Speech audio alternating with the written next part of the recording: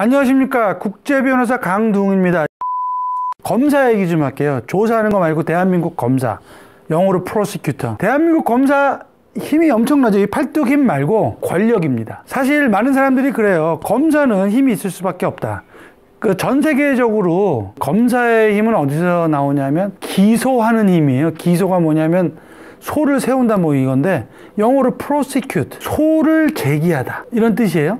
자, 그런데 프로시큐토를 검사라 그래요. 영어로 프로시큐트 하는 사람을 검사예요. 기소 어렵잖아요. 우리나라 법률 용어가 왜 이렇게 어려워? 피해자, 피의자 너무 어려운데 뭐 그때마다 제가 설명을 드릴게요. 저도 사실은 어려워. 우리나라 말들은 뭐 피해자하고 피의자하고 말한 개만 틀려도 전혀 다른 사람이 되고, 뭐 형사는 피고인이고 민사는 피고고, 그 일본 말을 적당히 뺏겨야지 제대로. 아무튼 검사의 힘은 아까 기소하는 거라 그랬잖아요. 기소가 뭐냐면, 이 사람은, 얘는 잘못을 지은 것 같으니 판사님께서 유죄 무죄를 판단해 주세요 라고 신청하는 거예요. 별거 아닌 것 같아요? 그런데 이게 엄청난 권력이 됩니다. 어떤 상황에 따라서. 근데 기소를 누가 할 수 있어요? 옛날에는 뭐 소크라테스는 뭐 레트리션이라고 해갖고 수사학자 뭐 이런 사람들이 기소했고, 지저스 크라이스트, 우리 주님은 누가 기소했어요? 민중들이, 유태인들이 기소를 했어요. 그런데 점점 역사가 뭐 지나면서 전문성이 있고 법을 배운 사람들이 기소를 하자 그래서 뭐 검사라는 제도가 나오고, 대부분의 국가에서 이걸 기소 독점주의라 그러는데, 검사만 기소할 수 있는 권한을 갖고 있습니다. 이게 뭐 자기네가 만든 특허도 아닌데 자기네가 독점하는 거예요. 물론 예외 조항도 있어요. 다른 정부 부서에서 기소를 할 수 있는 그런 권한을 가진 나라도 있는데, 우리나라 대한민국은 기소 독점주의를 기본으로 하고 있어요. 그러니까 판사님들한테 유무죄를 물어볼 권리를 얘네들만 갖고 있어. 검사들만. 그럼 뭔가 좀 힘이 좀 생길 것 같지 않아요? 그런데 거기다가 플러스 기소 법정주의가 있고 기소 편의주의가 있어. 헷갈리죠? 기소 법정주의는 기소하는 게 의무라고 보면 돼.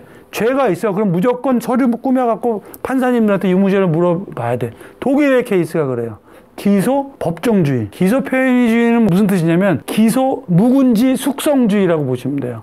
영화 더킹에서 보면은 정말로 센 검사의 힘은 어디서 나온다? 기소하지 않거나 기소를 묵혔다가 그때 꺼냈을 때 나온다라고 그러잖아요.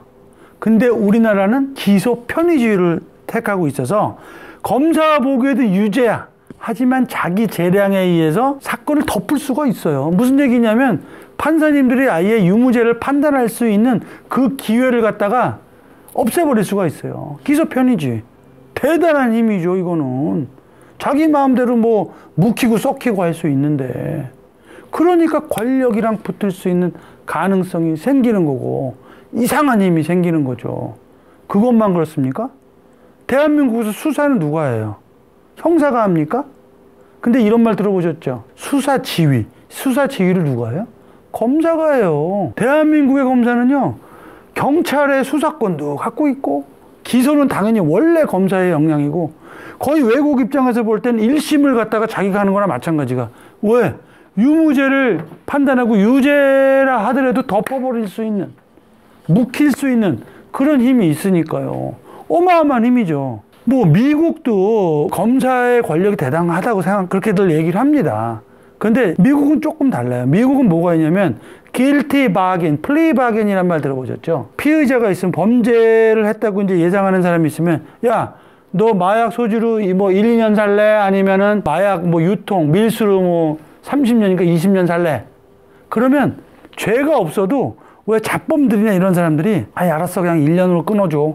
마치 옛날에 싼 거 끊어주세요 하는 것처럼. 그러니까 힘이 대단해요. 이렇게 이걸 guilty bargaining이라고 하는데, 이게 거의 97% 이상이라는 거예요. 판사가 모르냐고요? 알아요. 근데 워낙 범죄가 많으니까 효과적인 측면에서 암암리에 이루어지고 있는 거예요. 거기에서 검사들이, 미국 검사들이 힘을 갖습니다.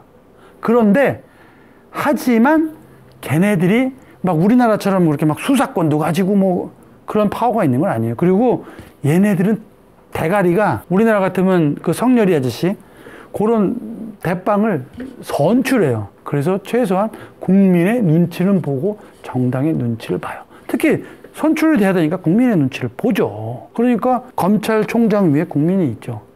호주 같은 경우에는 좀 미안한 얘기지만 완전 호구야. 공부도 좀 못하는 애들이 가기는 하지만 호주는요, 법적으로 그다음에 이 머릿속의 컨셉이 검사의 역할은 법원을 보조해서 진실을 밝히는 사람이라고 아주 못이 박혀 있어요. 그래서 내가 아무리 호주 검사애들한테 야, 한국 검사들은 권력 짱이어도 이해를 못해. 일만 연락이 많고 서류 준비 잘못했다가는 그냥 판사가 너 일로 와. 너 이딴 식으로 하면 우리 법정에 들어오지 마. 다시 제대로 갖고 와서 다시 해. 기소 표현해주지. 말도 안 되는 얘기예요. 그리고 호주 같은 경우에는 잡범들 있잖아요. 서머리 오펜스라고 그러는데 이런 것들은 다 경찰이 다 기소를 해요. 중요한 문제, indictable offense라고 그러는데 뭐 살인이라든지 뭐 시리어스한 범죄 있잖아요. 심각한 거. 그런 것만 검사가 합니다. 재량이 어디 있어요. 일만 허벌나게 바꾸고 워낙 평등한 나라다 보니까 그걸 권력이라고 생각 안 해요. 엄청나게 힘든 귀찮은 일이라고만 생각을 해요. 그냥 사건이 있으면 무조건 기소하는 기소 의무자예요. 그러니까 우리나라도 바뀌어야죠. 검사의 힘이 빠져야죠. 역할이 너무나 세. 검찰개혁 당연히 이루어져야 합니다. 그 방법 중에 하나로 저는 검사장을 선출했으면 좋겠어요. 자, 이번에는 해외 사례와 더불어 그 대한민국 검사의 파워에 대해서 알아봤고요. 다음 시간에 뵙겠습니다.